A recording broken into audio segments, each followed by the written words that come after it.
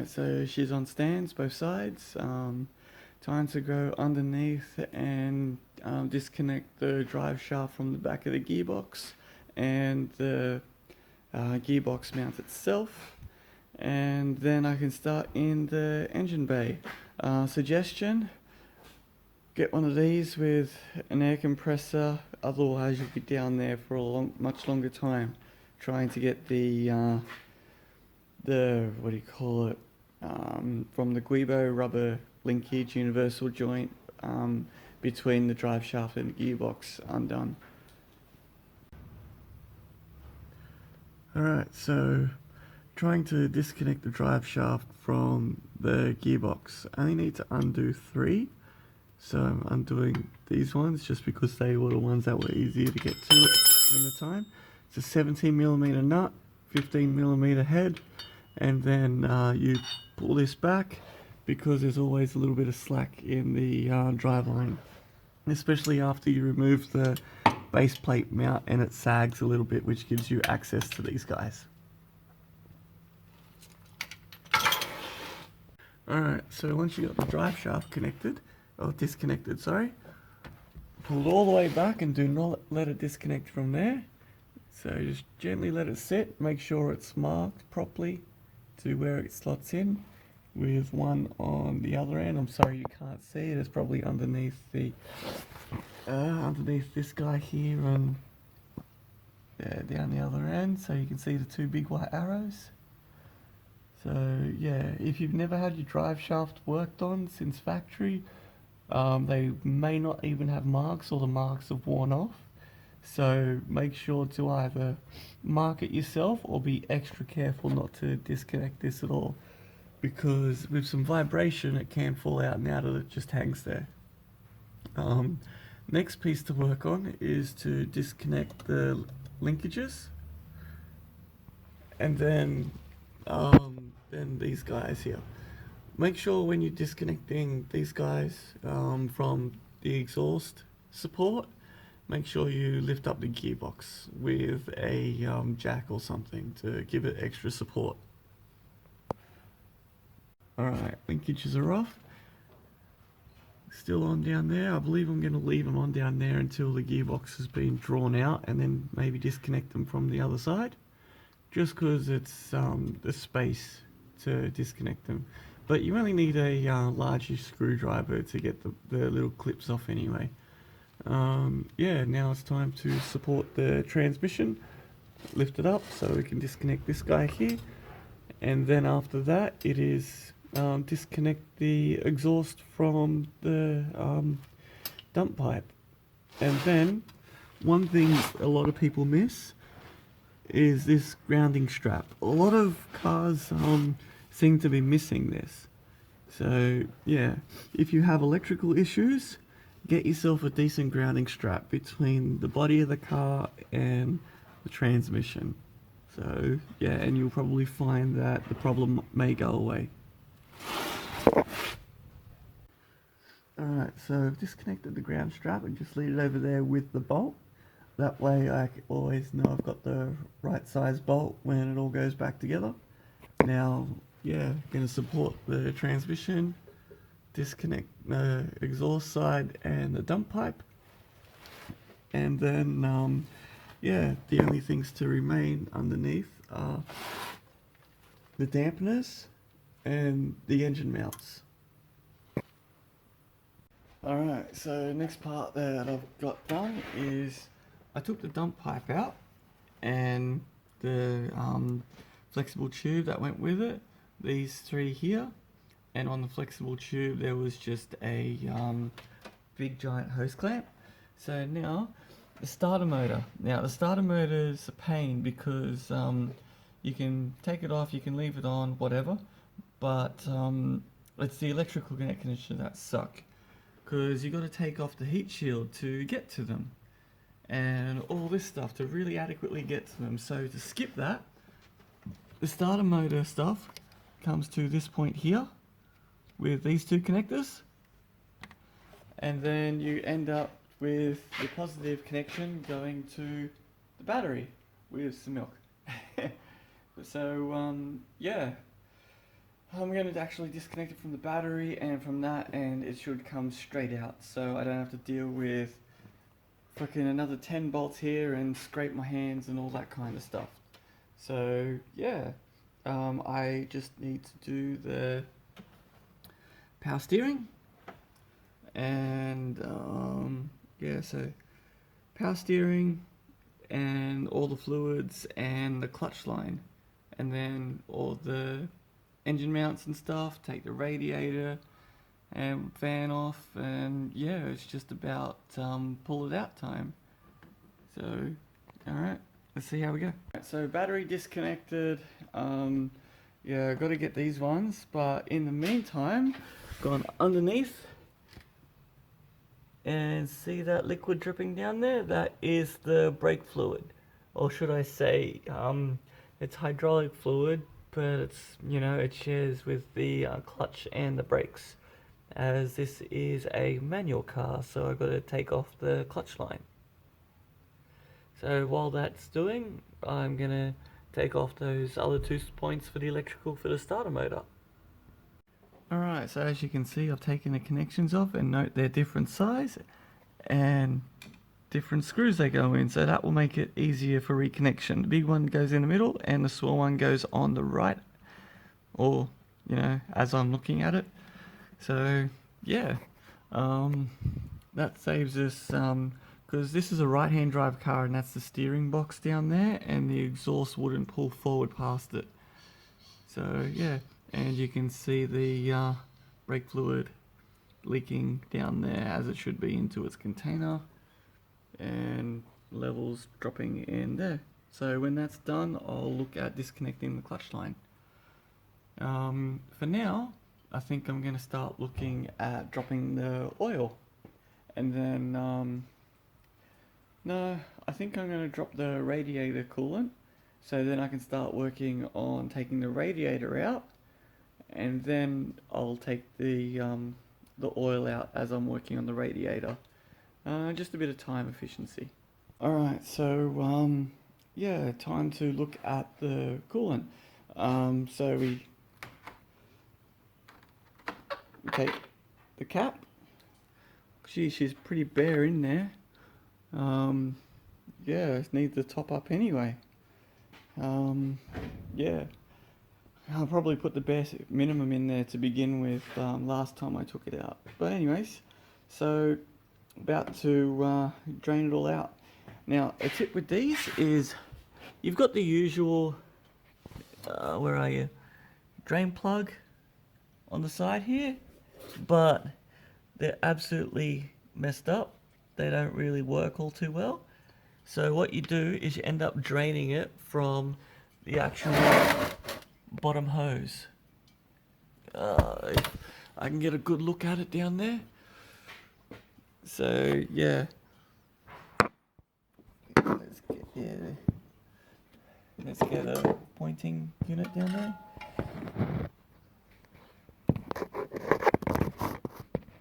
Alright, so this hose here, that's where we'll be draining the coolant from, and it will gush all out into the green catchment container. Alright, so yeah, these cars are old. Those little plastic connector things are absolutely useless. You want a metal one, but they're a little harder to find. So always undo it by the by the lower hose instead.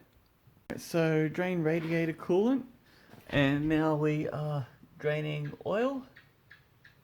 So yeah, that should be all out in a few minutes. As you can see, the oil cooler is still attached to the radiator. Now, we do need to get that out, so while it's still attached, we just loosen it up, and then we can take it out. So yeah, and then we lift the whole thing out, then we can start working on the front section with the fan, and yeah, make some good progress. Alright, so as everyone knows, things don't go to plan when working on cars. I need to undo the bottom securing bolt for the oil guy down here. And well, to get there, I need to pull the radiator out because it just keeps turning the front of the bolt. And I don't really have access to it unless I can get a tool in there. Yeah, I'm going to try and get a tool in there. Alright, as you guys can see, the radiator's now out. I'm going to take the condenser out as well, because when it's coming forward, don't want to have any accidents, you know. It's a lot less troublesome to take it out than it is to find a new one and all that. Yeah, I've taken line from heater core out. Now I'm going to do the one from the other side. Fuel lines. That clutch is done, so I'm just going to disconnect the line. It's all drained out. The steering, hydraulic fluid lines to the steering box, and after that I believe she's done. So yeah, just the just the AC hoses as well. So after that it is just engine mounts, and then she can come out. So yeah, this is a right-hand drive car, as we're in Australia. But yeah, so these are the lines for the steering, which are underneath the turbo area, which is why we've got the heat shield there. Does a really good job actually. So yeah, now I've just got to get that undone. All right, so yeah, that one, and I believe. So yeah, it looks like the one further away most towards the engine is an 18 or a 19, and this line that's closer to me is a 17. Alright, so get that disconnected. Just a little tip. So if you can't get enough leverage on the 17 one here, a nice 27mm socket slips over the end like that, and you can pull it and loosen it up for yourself. Alright, slight update. So yeah, she had to undo the coolant outlet for the turbocharger, which put liquid everywhere. Fortunately, I had my big collecting container underneath just in case. It is a 17mm for this one, and looks like to be a 22mm for this guy. Fortunately, I had a big shifting spanner for that one, so she went alright. And yeah. After this, it's, yeah, all the other little connectors that I got to take off. And yeah, we're looking good so far. Alright, so I have removed my intake, so that way I can get to the air conditioning stuff and disconnect those lines on this side. And also note, I've disconnected the grounding point, the grounding ribbon on here. So the other line is just outside. Alright, so it's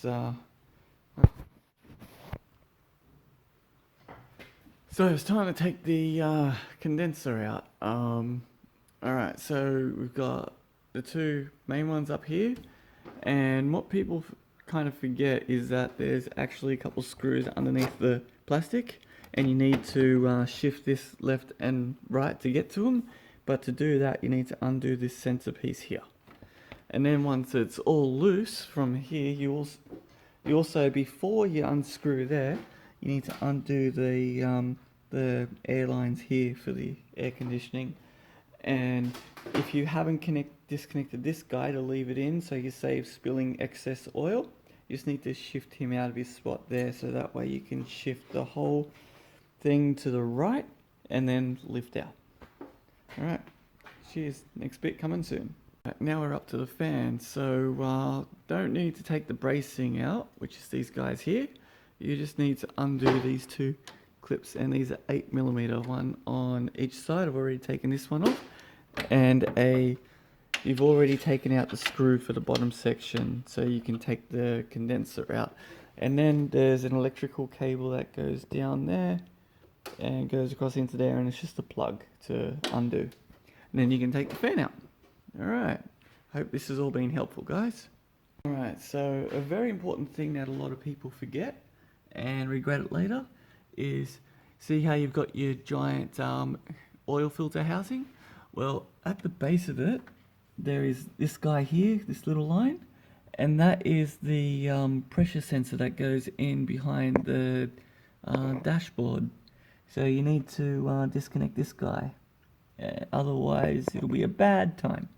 Alright, one thing I wanted to note while I'm down here is at the moment, while the mount for the transmission gearbox isn't connected, I've put a jack underneath there, so it's holding it nice and level, so it's as it would be in the engine bay usually, with good access to everything and things don't wobble around too much.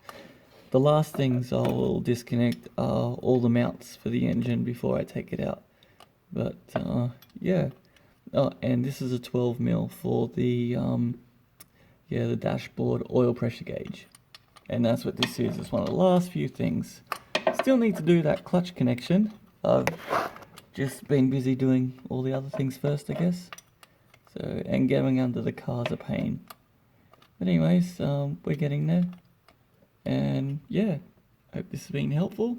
Oh, and yeah, I've looped fuel lines, so that way fuel lines are disconnected, heater coils are disconnected on both sides, batteries, electricals are disconnected. So yeah, I believe I'm up to the mountings and the throttle connector, which is just this guy up here, disconnect him, and it's pretty much smooth sailing to take the engine out from there. Alright, so here's the clutch line that comes from the master cylinder down to the slave. It's a custom made job, so it's a little easier to do things with. So now I'm just slowly going to undo it, little bit by little bit, until it's finger tight, and then I can just use, well, fingers to undo it. So yeah, and that's just about the last thing that needs doing before I start connecting up the chains and whatnot to take it out of the car. Alright, yeah, any questions, feel free to ask. Oh, we can give you guys a bit of an extra look.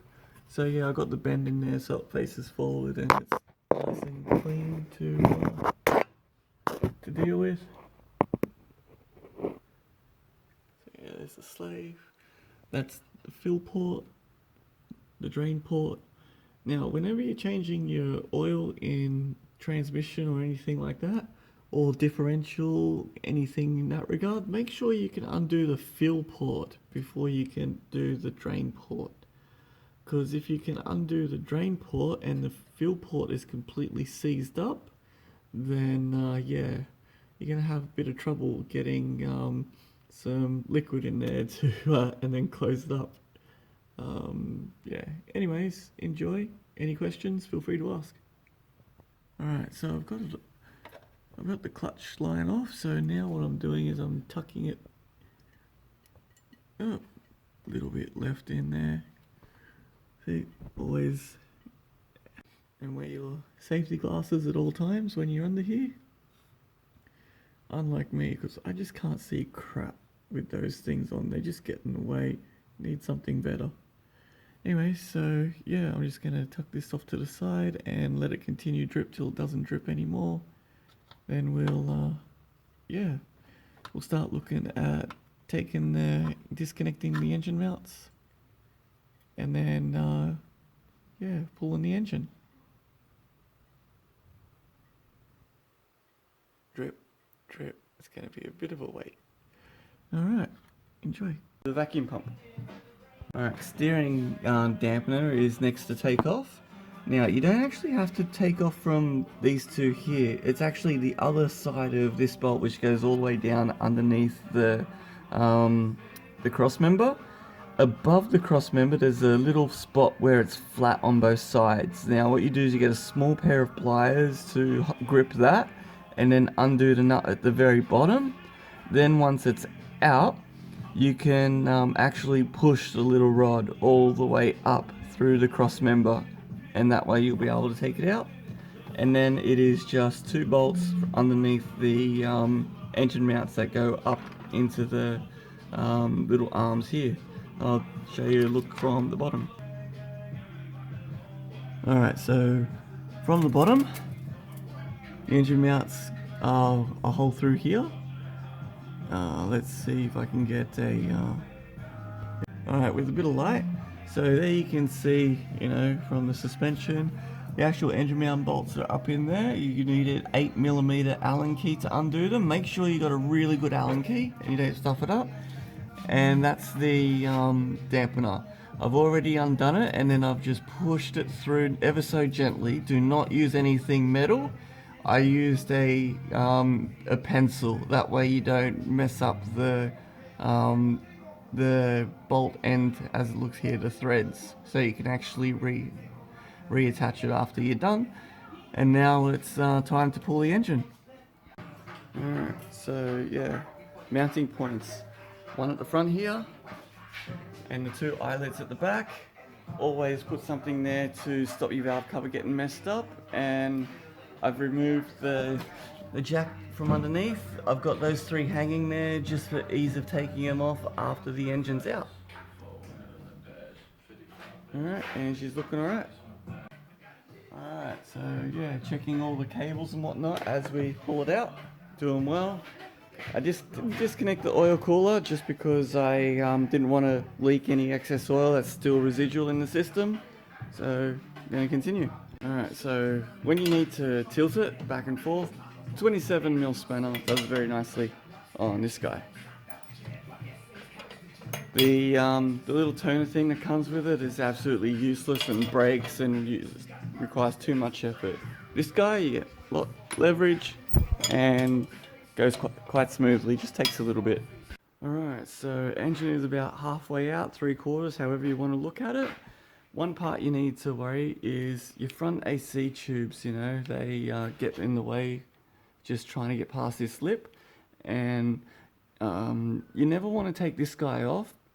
Besides being very difficult to get off, your bonnet or hood, however you want to say it, will never close the exact same way again. It'll always be a pain in the ass. So leave it on as per factory and it's still possible to get it out fairly easily. As you can see, we're getting out. So now it's time to pull it back and then level it out, and it should come out really nicely.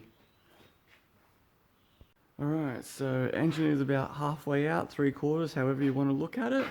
One part you need to worry is your front AC tubes, you know, they get in the way just trying to get past this lip. And you never want to take this guy off. Besides being very difficult to get off, your bonnet or hood, however you want to say it, will never close the exact same way again. It'll always be a pain in the ass. So leave it on as per factory and it's still possible to get it out fairly easily. As you can see, we're getting out. So now it's time to pull it back and then level it out, and it should come out really nicely.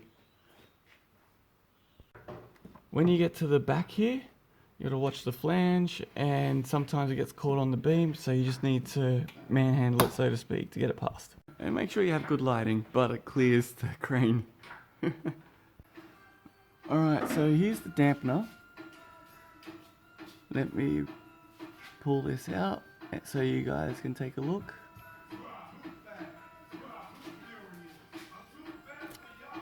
So yeah, see that little flat spot there?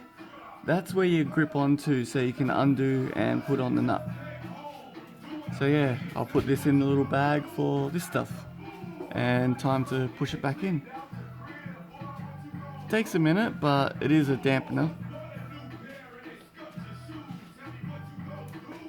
Alright. Alright, now that we've got the sump here past the bonnet latch or hood latch, however you want to call it, now it's time to flatten it out, and then we can remove the entire engine and put it on the stand. Yeah. Alright, so now we've leveled it out, it's time to put it on the stand, but before we do that, I'm going to rest it onto a tyre, so that way I can easily take off the transmission and the flywheel. When you put it on the tyre, the weight of the engine will hold it still enough, so that way you can undo the flywheel and whatnot. Just got to take these rods out, and now that they're at the perfect height, I can give a better demonstration on how to take them off. Alright, so these clips, honestly, all you do, big flat screwdriver, straight in the side,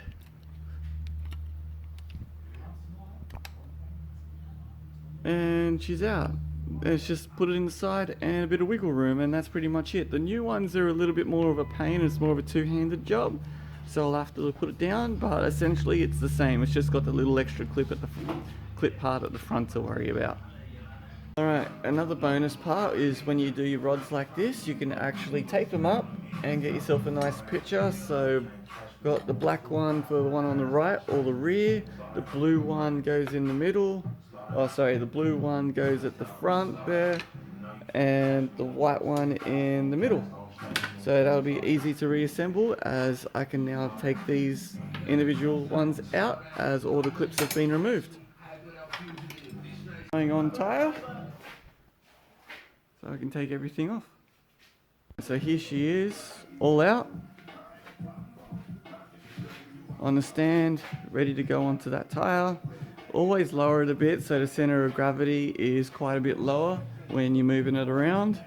You just need it quite high to get up off the fender here. So yeah, or the quarter panel as we know it locally.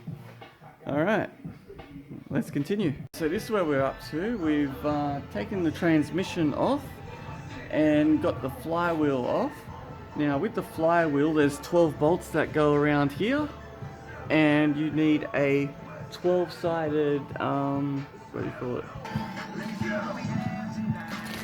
Alright, so you got your flywheel, and it has 12 bolts that match up.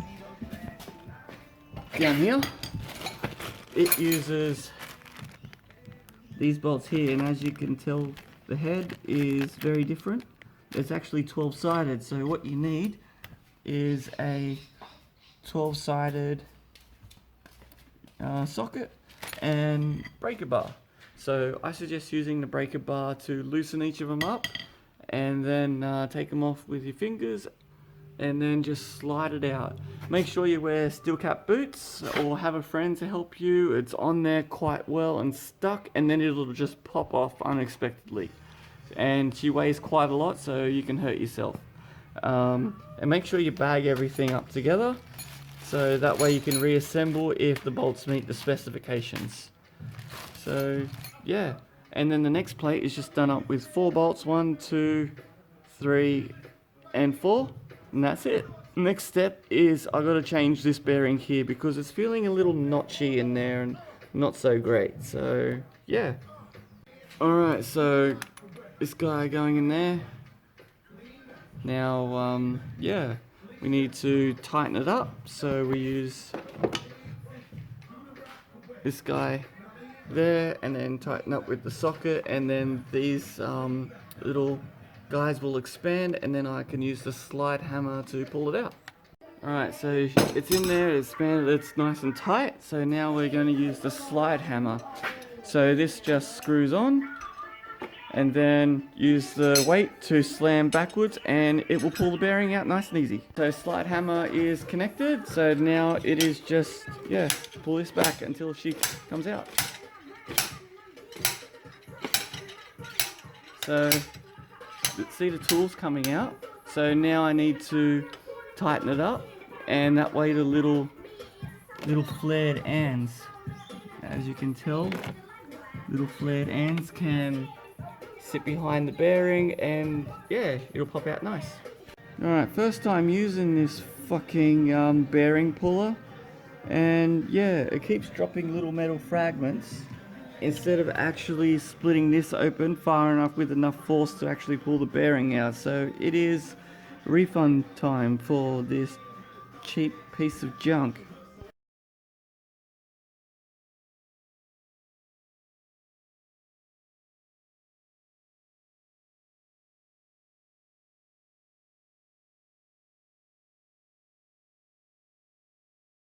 So this is a little unorthodox.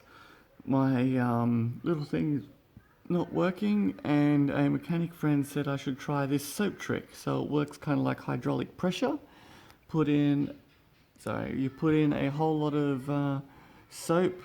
I used some liquid and the soap bar type because he didn't specify, but it should all work on the same principle. So put it in there, and then what you do is you get one that just fits in, and you hammer it in like that. So it should make a nice seal and hopefully all comes out.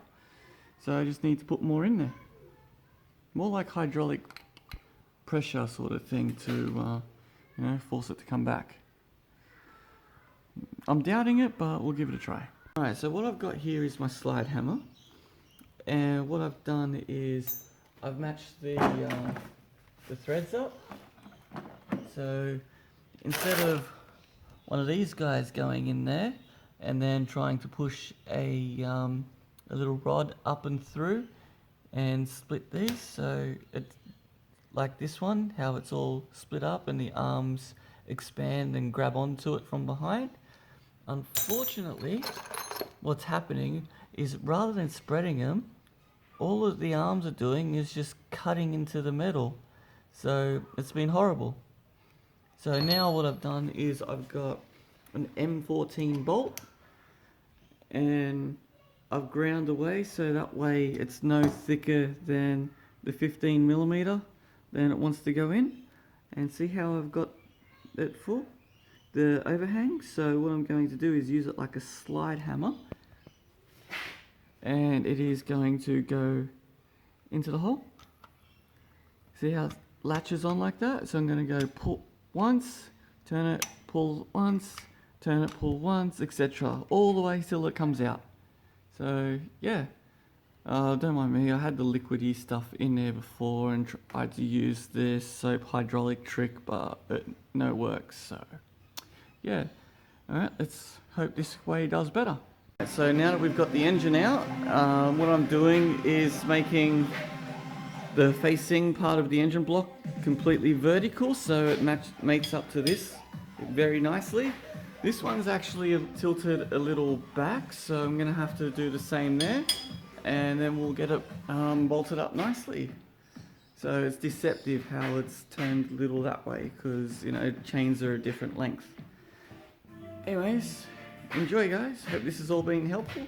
Alright, so when you're about to put the engine onto the engine stand, just be mindful that the bolts you need are M10, and even though it goes 25mm into the block, the depth, the thread doesn't go all that way. So what you need to do is just account for that. And with my engine stand, I needed 90mm bolts instead of 100, as the thread didn't go all the way. There's a bit of a cavity at the end, I guess, for gunk and stuff to build up. So now I'm going to cut the ends off. I put 2 bolts on there, cut it, move the bolt back a little bit, and then file it down, smooth it out, and then when you take the bolt off, it'll cut the threads in the right shape for you. So yeah, hope that's been helpful. Alright, so here we have my engine on the stand. Unfortunately, the pin location, this is the yeah, that's the most one. If I had this guy flipped to vertical, then she would be a lot better. But oh well, I'm half tempted to drill and yeah, make a slot there, but that's for another day.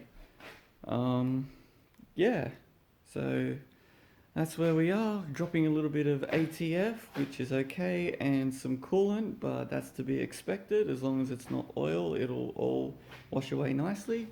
And yeah.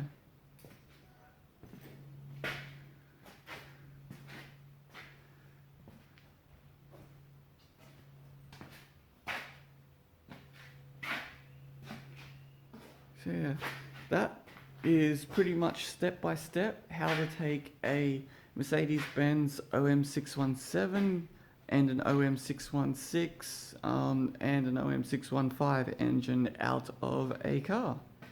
Hope that's all been helpful guys. Post any comments and questions below, happy to answer them, and there'll probably be some follow-ups with the work I do to the engine and how to put it all back in. Alright, thank you very much for your attention and see you in the next video.